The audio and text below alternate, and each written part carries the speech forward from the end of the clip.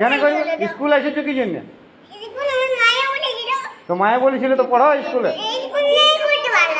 ভালো লাগে নাই বললে তো হবে না। কোথায় পড়বে কোথায় পড়বে? হ্যাঁ ঘরে। তো তাহলে তুমি কেন স্কুলে এলে?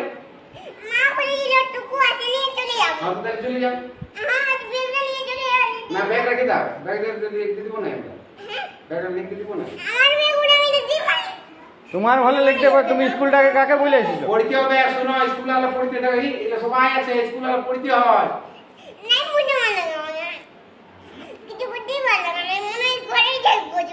বাপরে ঘরে থাকলে হবে?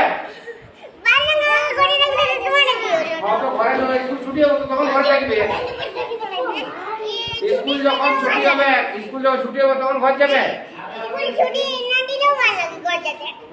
না স্কুল